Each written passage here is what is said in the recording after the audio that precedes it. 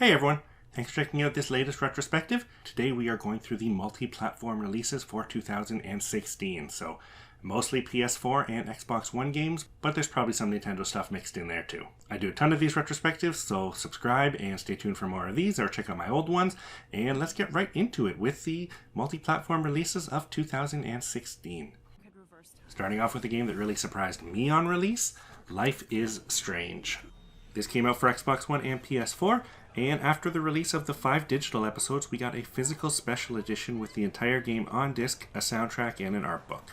If you haven't played through Life is Strange, it's a Telltale-style adventure game that's not made by Telltale, and one of the best in the genre.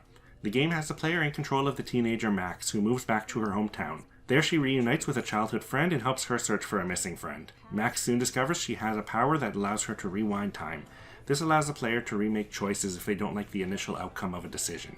The time travel element adds some really interesting mechanics to the gameplay, and the way the story develops is a really interesting and emotional tale. I highly recommend it for fans of narrative games. So, what would you do now? Following that, we got LEGO Marvel Avengers, which came out for pretty much everything. PS3, PS4, Vita, Xbox 360, Xbox One, Wii U, and 3DS.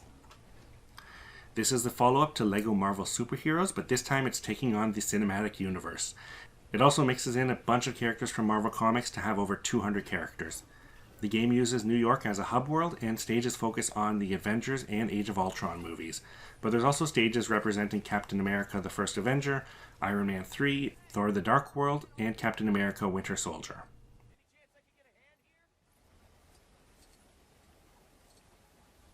Following that, for PS4 and Xbox One, we got Resident Evil The Origins Collection. This releases alongside the digital HD update of Resident Evil 0 and includes that game as well as this gen's updated version of Resident Evil HD. Now, Resident Evil 1 has been remade and updated so many times, but it is one of my favorite games of all time, so I had to pick this up.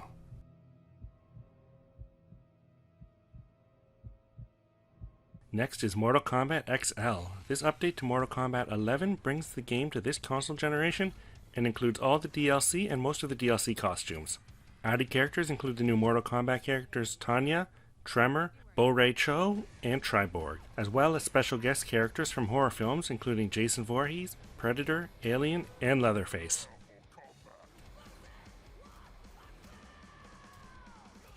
Dying Light Enhanced Edition is next. This updated release bundles in the previous expansions and most of the DLC weapon packs. It includes the following DLC expansion, which has a new story and takes place in a large new countryside map that can be explored with a new upgradable dune buggy.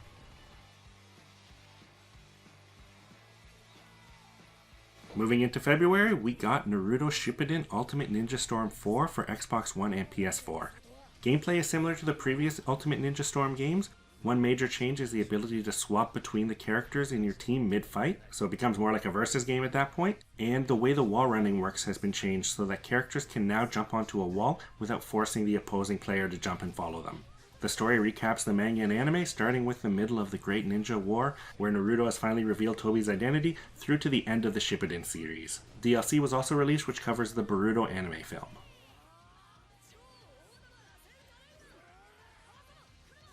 Right after that, another anime game, Arslan the Warriors of Legend for Xbox One and PS4. This is Omega Force's take on the Arslan anime, which is a typical Dynasty Warriors clone you'd expect from them. Gameplay is decent, but the real standout feature here is how well they cover the story from the original anime.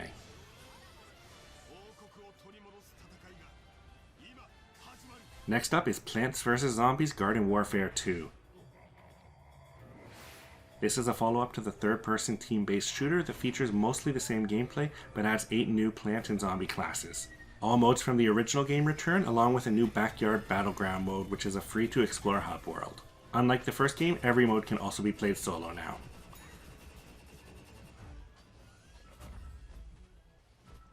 Big release after that, Far Cry Primal for Xbox One and PS4. The Far Cry formula is taken back to caveman times, with the player controlling a hunter named Takar. Throughout missions, Takar will learn to hunt and tame animals and rise up in his tribe. With the removal of guns, the game features expanded melee combat and focuses on the crafting system to get new weapons. Enemies consist of animals and the opposing tribes.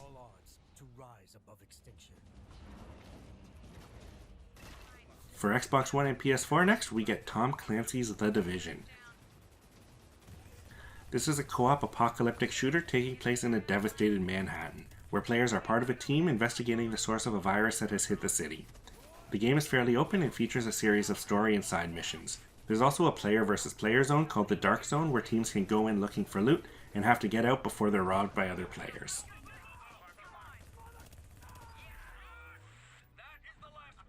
Following that, we got TrackMania Turbo for Xbox One and PS4.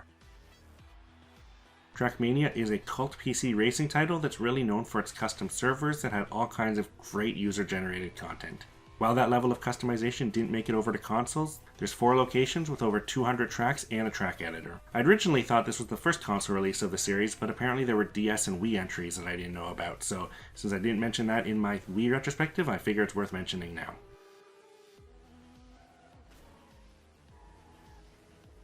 Alright, I had to reshuffle my games a bit because they were all in the wrong order apparently, so let's move on with the next game for PS4 and Xbox One, Resident Evil 6 HD Edition, I guess you call it, I'm not sure exactly. No, it's just called Resident Evil 6. This is this gen's update of the last gen Resident Evil 6. It bundles in all the DLC, it looks slightly better, and compared to the remasters we'll talk about in a bit, I think this one runs at 60 frames a second, so it's a lot smoother.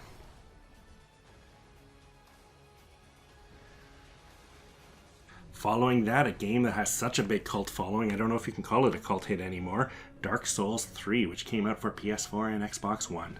This is the 4th game in the Souls series, and takes the best parts of the previous 3 games and Bloodborne and makes a pretty amazing experience. Overall, the combat is faster and smoother, and there's a lot more customization options than ever before. This allows the player to take on challenges in more unique ways than ever. If you've played a previous game in the series, you definitely want to check this one out, and if you haven't, this is probably a great one to start with.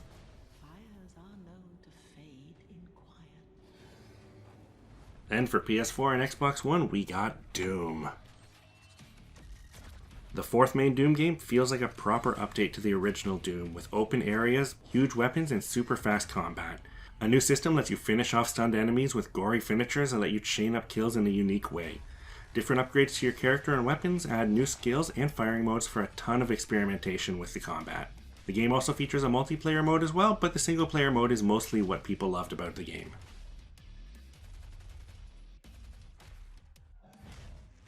Right after that, another FPS for Xbox One and PS4, Homefront: The Revolution. This is more interesting than good because it's a follow-up to the original Homefront and actually a reboot of that single game series. Players control the character Ethan, who's forming a resistance to the North Korean takeover of America. The game is now open world with a weapon customization system, but was slammed for how buggy it was on release.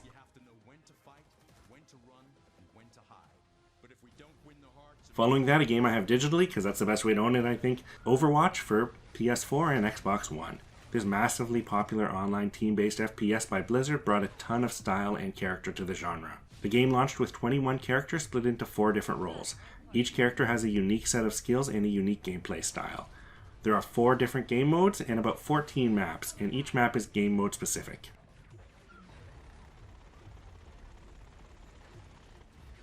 Right after that, for 360, Xbox One, PS3, and 4, Teenage Mutant Ninja Turtles Mutants in Manhattan.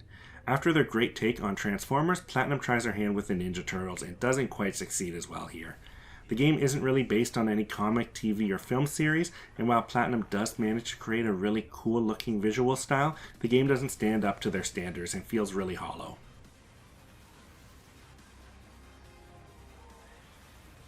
One Piece Burning Blood. This is the first One Piece fighting game by Spike Chunsoft, and the gameplay is similar to their previous game J-Star's Victory. The game allows the player to build a team of 1, 2, or 3 playable characters and add support characters to go up against a team of the same size. There are 44 playable characters and 65 support characters. The game features a story mode which retells the Paramount War part of the manga, as well as a versus and pirate flag battle modes.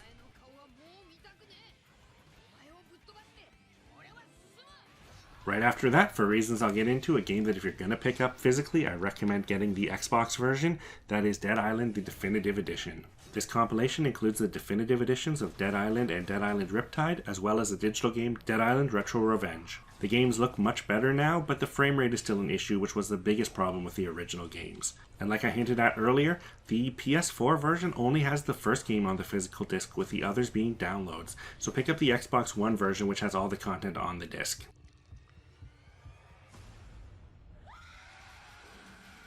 Following that, a game I was hyped for because of how much I love the original, Mirror's Edge Catalyst, which came out for the Xbox One and PS4. This is the long-awaited follow-up to the cult first-person parkour game that is a prequel to that original game and adds an open world. The parkour system still holds up and the combat is slightly improved from the original game, but the open world design was a real love-it-or-hate-it addition to the game for fans. It really did ruin the flow of those design levels from the first game, although it's still a decent game in its own right.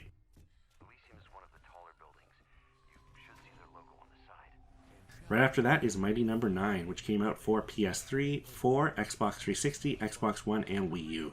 This is the kickstarted spiritual successor to Mega Man, which did eventually release physically on all those consoles. The game is a 2.5D action platformer similar to Mega Man, except for it features a new dash system which powers up the main character Beck when he dashes through stunned enemies. That, along with a whole bunch of other drama and design decisions, made it a major disappointment to fans. I won't get into that stuff here, but it's really notable for its sordid history. But that's just what we call it. You'll be calling it, why are you doing this to me? Next up is the update for Resident Evil 5. Basically just looks a bit better with all the DLC bundled in, just like the other titles.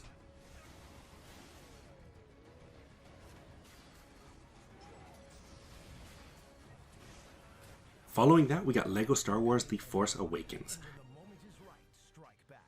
This is the 4th game in the LEGO Star Wars series and brings the 7th movie to the game franchise.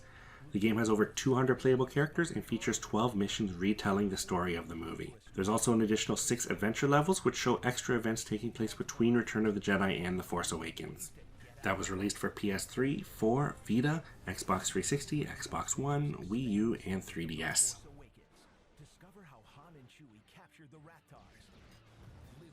For Xbox One and PS4 after that, we got Carmageddon Max Damage.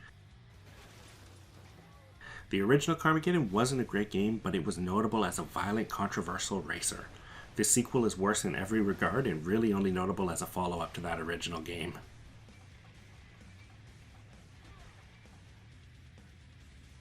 Next up, I believe this released physically on the PS4 and Xbox One only, but I might be wrong. That is Song of the Deep. This is basically a Metroidvania in a deep-sea submarine. The game was developed by Insomniac and is one of the first physical releases to be put out by GameStop. In the game, the player gets to control a girl who's looking for her lost fisherman father using an old sub. Various upgrades to the sub allows her to explore more areas and progress further into the game.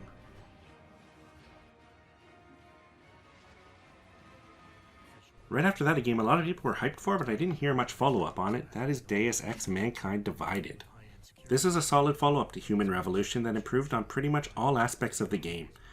The game takes place 2 years after the last game and sees the return of protagonist Adam Jensen. It features new character customizations and a more open design with more options for getting through each challenge. The complaints this game does have revolve around its lackluster ending and that it was way shorter than the original game.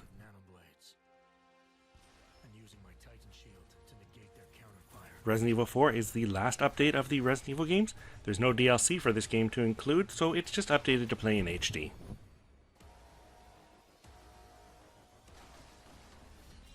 Right after that, another collection, but one definitely worth having because of how much is on here, BioShock The Collection. This came out for PS4 and Xbox One, and it includes the original BioShock, BioShock 2, and BioShock Infinite, with all DLC for those games.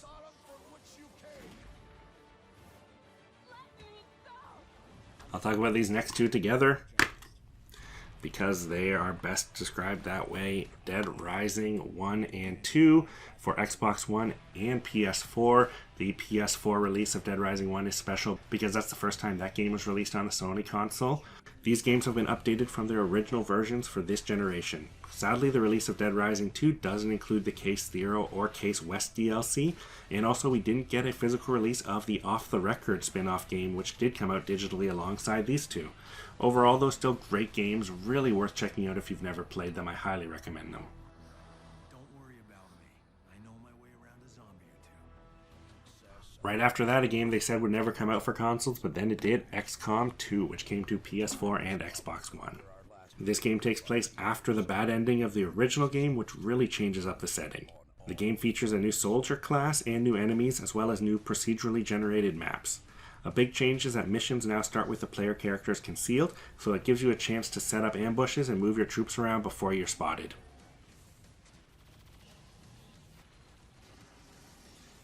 After that, a game I was hyped about because of how much I love the narrative aspects of 2, Mafia 3, which came out for the PS4 and Xbox One. This game takes place in New Orleans in the late 60s. You control the character Lincoln Clay, who's returned from the Vietnam War and gets wrapped up with the mob. Characters from the previous game also make an appearance, so if you're into that, it's cool to see what happened to them. The game features major improvements to the combat, including a cover system, and the game allows the player to take on objectives in various ways, including stealthily.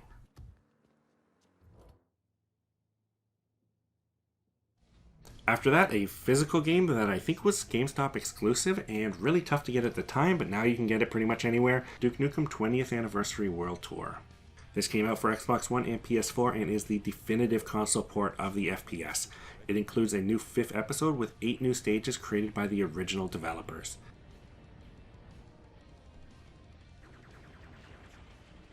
Next up for PS4 and Xbox One, Metal Gear Solid 5 The Definitive Experience. This compilation includes Metal Gear Solid Ground Zeroes with both of the extra missions that were originally console exclusives, and MGS5 with all of the DLC, including the extra content for Metal Gear Online 3.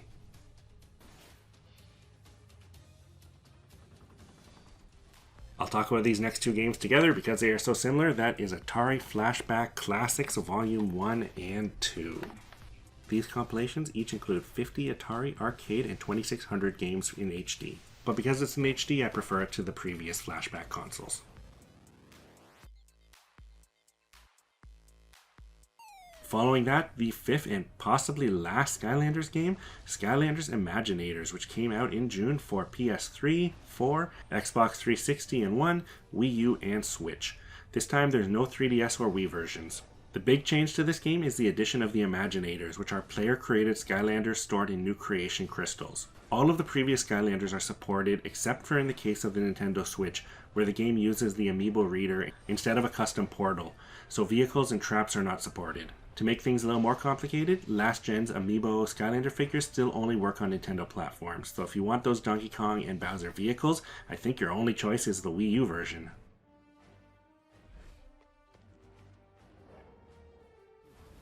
Next up, another compilation, Batman Return to Arkham.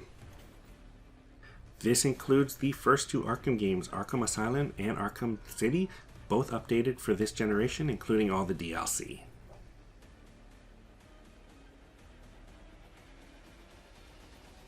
Right after that, another compilation and a LEGO game, LEGO Harry Potter Collection Remastered.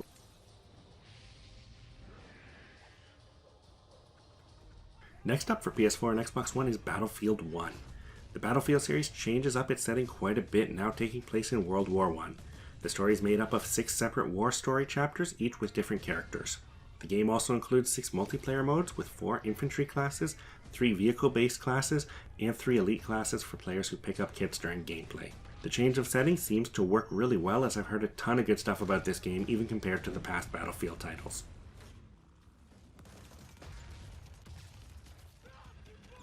After that, I had to pick this up, even though it's a weird release for PS4 and Xbox One, the physical edition of King's Quest. This new episodic game is much better than I ever would have expected. I'm a huge fan of the original, so I was amazed to see how good they did with this one. Each episode of the game takes place between the previous games and tells a fun, untold story from King Graham's past. It's great this came out physically because I'm a huge fan of the series, but the physical release is a real oddity. It only features 4 of the 5 episodes, with the last episode and epilogue being download only. Obviously this was just done so they could get it out before Christmas, but that's just a shame.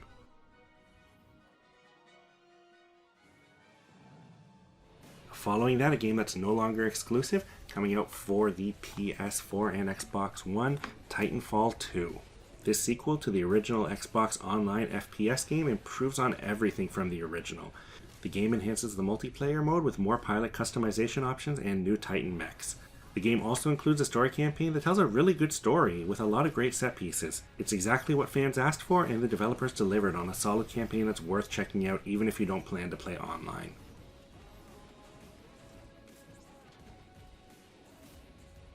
Next up, another update of this, but it's such a great game we can't really fault them for it. Elder Scrolls V Skyrim Special Edition. This came out for PS4 and Xbox One. There's not too much to say here. This is just another release of Skyrim bundled with all the DLC and updated for this generation.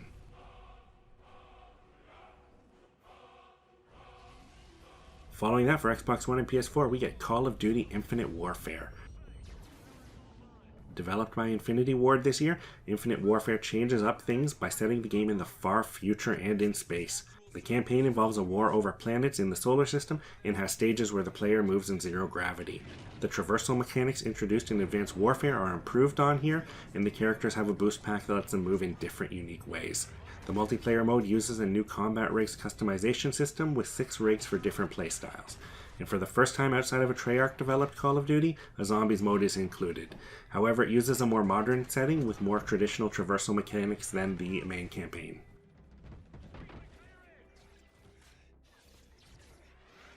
And this physical release didn't come out till a bit later, but worth mentioning here, Call of Duty Modern Warfare Remastered. This was originally released with the special edition of Infinite Warfare in the worst possible way. It was a digital download that still required the disc to play. So this version was released later as a separate physical copy and is well worth picking up because you get to see the series at its finest. This really reminded me of why Call of Duty hit so big. It's such a great game, not quite as blown up and crazy as the series has gotten. Definitely worth checking out if you haven't played it.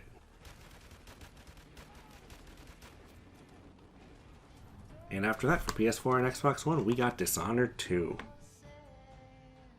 This is a follow-up to the previous first-person stealth action game that features improvements in just about everything. The game takes place 15 years after the first one and lets the player choose between the original protagonist Corvo or his daughter and the dethroned Empress Emily. The two fight to take back their place in the city of Kamaka. The game introduces non-lethal takedowns and refines the original Chaos system, which changed the world based on how moral your character's actions are.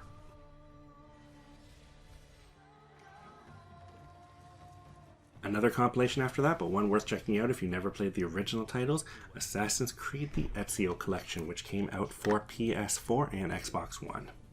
This collection of updated games from last generation include Assassin's Creed 2, Brotherhood, and Revelations, as well as all DLC. Now, Assassin's Creed 2 is one of the best Assassin's Creed games, so well worth checking out if you want to see what the series has to offer.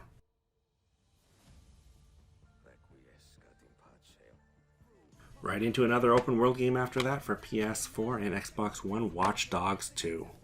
The open world hacking action franchise returns with a new main character and setting. The game now takes place in San Francisco and stars the hacker Marcus, who is a much more personable and fun protagonist. Driving and combat have been improved, and the game gives the player multiple ways to handle each mission. The game also introduces online co-op play with 5 different modes.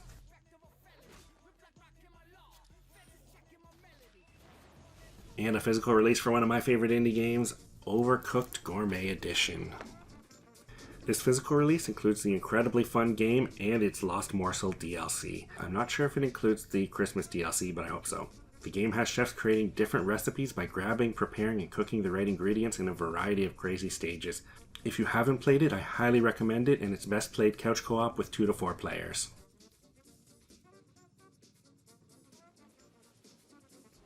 Following that, for Xbox One, PS4, and Wii U, Darksiders Remastered Edition. Following the earlier update of Darksiders 2, we get an update of the original game. Again, not too much more here to say other than the game being updated for this generation.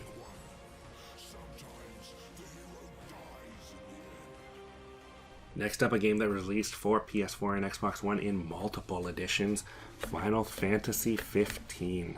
The long-awaited game that went through several development hells and was finally released to a fair amount of praise from fans and critics. Final Fantasy XV feels like a complete reinvention of the series. The game stars Prince Noctis, who leaves with his 3 friends on a journey to his wedding, only to get wrapped up in a huge war. The story won't make much sense at first unless you watch the Kingsglaive CGI movie that was released as part of the special edition and available on Blu-ray or DVD separately. For the first time, FF uses a huge open world filled with tasks and side quests, though the second half of the game is a linear narrative structure. The game uses a real-time battle system where Noctis attacks enemies with a unique control scheme and can use different abilities and magic. The player can equip and switch between several weapons to take on different situations and give commands to his comrades. If you haven't played much Final Fantasy, this is one I know a lot of people got into. I don't feel like it's really representative of the rest of the series, but it's still a really great game in its own right.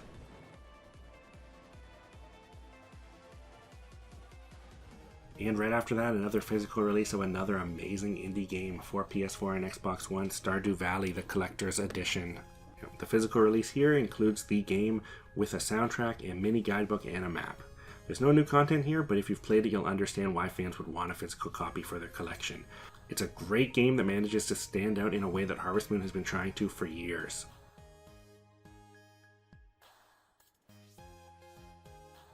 Stern Pinball Arcade is next. A release of digital versions of a number of licensed pinball tables born from a cancelled Kickstarter campaign. Tables include Ripley's Believe It or Not, Mary Shelley's Frankenstein, Star Trek, Starship Troopers, AC/DC, Mustang, Harley Davidson, Last Action Hero, High Roller Casino, Phantom of the Opera, and Ghostbusters.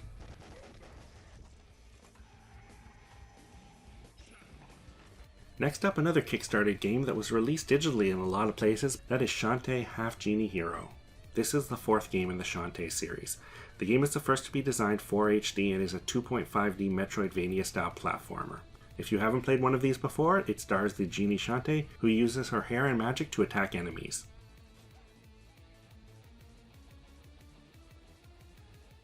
So that's it for our 2016 multi-platform releases. However, before I finish up, there are two games I didn't mention in my 2017 retrospectives that I think deserve some attention. So first off is Hitman, which came out in January of 2017. Now this is the physical release of the entire first season of the episodic stealth action game, in which Agent 47 takes on a variety of missions, each being at different sandbox levels that has multiple ways to take down targets.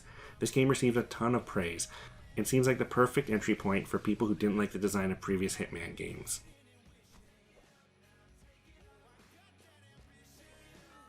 And finally, a game I can't believe I forgot to mention, despite mentioning its other games in the series that year, Danganronpa Ultra Despair Girls. This port of the Vita game is a third-person shooter that takes place in between the first two games in the series. The game stars a new character who teams up with Toko to escape the city under siege by robot bears. Your weapon is a hacking gun that can fire bullets which have different effects on the robots to help you take them down. You can also switch to Toko temporarily to use powerful melee attacks. Overall, the game's stages feel really drawn out, but it's worth playing for the story if you're into the Danganronpa series.